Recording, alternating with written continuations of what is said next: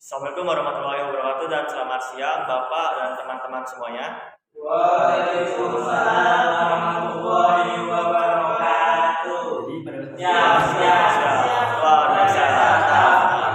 Kesempatan kali ini saya akan mempresentasikan sebuah buku yang berjudul Garis Batas yang ditulis oleh Agustinus Wibowo. Jadi buku ini diterbitkan pada tahun 2009 dan berjumlah sekitar 249 halaman. Nah, buku itu mengisahkan tentang perjalanan Agustinus Wibowo di negara Asia Tengah seperti Kyrgyzstan, Tajikistan, Afghanistan, dan Uzbekistan. Nah, jadi pada biografi penulis dulu, buku ini itu ditulis oleh Agustinus Wibowo. Agustinus Wibowo ini lahir di Lumajang, Jawa Timur pada Agustus 1991.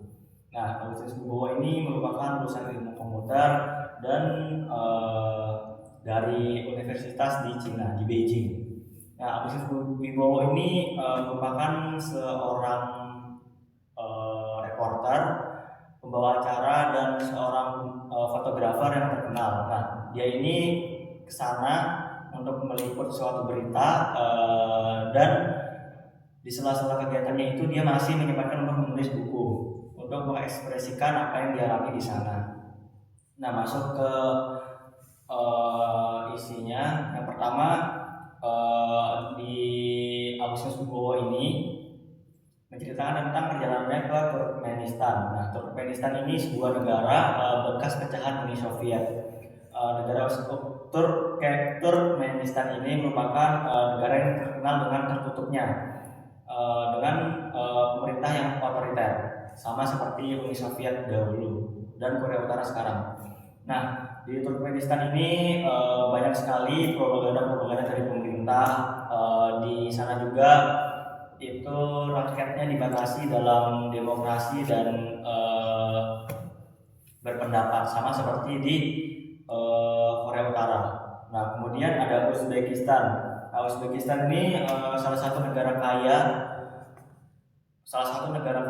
bekas pecahan dari Uni Soviet. Nah, Uzbekistan ini merupakan negara yang sekarang nih sedang berkembang sepak bolanya sangat pesat di Asia. Nah, Uzbekistan ini berada di jalur sutra kuno seperti kota-kota seperti Samarkand, Bukhara yang menjadi saksi kejayaan Islam pada zaman dahulu di dinasti Umayyah atau Abbasiyah gitu. Nah, Uzbekistan ini menjadi target bagi turis-turis yang mau berkunjung ke negara bekas pecahan Uni Soviet dulu, karena ya pemerintahnya yang masih berbeda dibandingkan dengan pemerintahan di Turkmenistan dan beberapa negara lainnya. Kemudian dia juga menemui penduduk lokal yang berada di Uzbekistan, yang rakyat itu penuh dengan rasa kasih sayang dan ingin tahu. Nah, tapi di budaya di sana tuh sangat tipis. Nah, kemudian dia juga berjalan ke arah Kyrgyzstan, salah satu negara pecahan Uni Soviet juga. Nah, negeri ini memiliki pemandangan alam yang sangat bagus berupa pegunungan-pegunungan tinggi, tetapi ya ekonomi negara itu sangat berat, bisa dibilang ya ekonominya kurang lah buat sebuah negara di Asia Tengah. Nah, banyak rakyatnya ini mengungsi ke Rusia, apa ya namanya, migrasi ke Rusia untuk mendapatkan penghidupan yang lebih layak dibandingkan dengan kehidupan di Kyrgyzstan. Nah, penduduknya juga ini mengalami krisis identitas, jadi mereka tuh terlihat sebagai orang Rusia lah pada umumnya. Kemudian negara keempat yaitu Tajikistan. Tajikistan ini menjadi salah satu negara paling mengesankan yang ia kunjungi di Asia Tengah. Mengapa? Karena di sana tuh dia mengunjungi sebuah Pamir Highway, salah satu jalan tertinggi dan paling berbahaya di dunia. Ya betul lah. Soalnya di sana kan banyak pegunungan, lembah-lembah yang curam buat dilaluin. Kemudian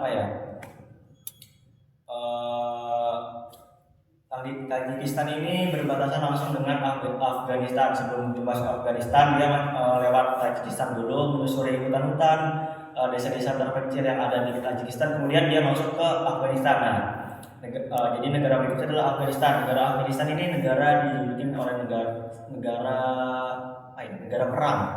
Jadi di Afghanistan dia tuh tiba pada 2008 nggak salah, 2007 dia. Jadi di sana ada perang antara warga Afghanistan atau perang antara warga apa tuh namanya tuh, ya kayak kelompok-kelompok begitu dengan tentara dari sekutu dari Amerika.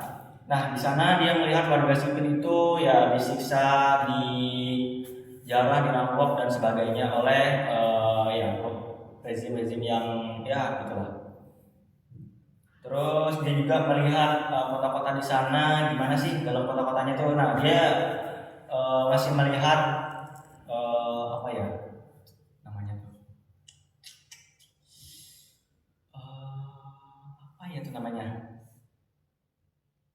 itu nah kayak kerajinan tangan gitu, nah buat dijual itu masih warga sana tuh masih banyak yang membuat itu dan ya begitulah. Terus dia juga ke Afghanistan nih masih sering ketemu sama kendaraan-kendaraan alat berat bekas tempur yang dipakai oleh Amerika di sana gitu, yang berperang sama Taliban, kalau salah namanya Taliban.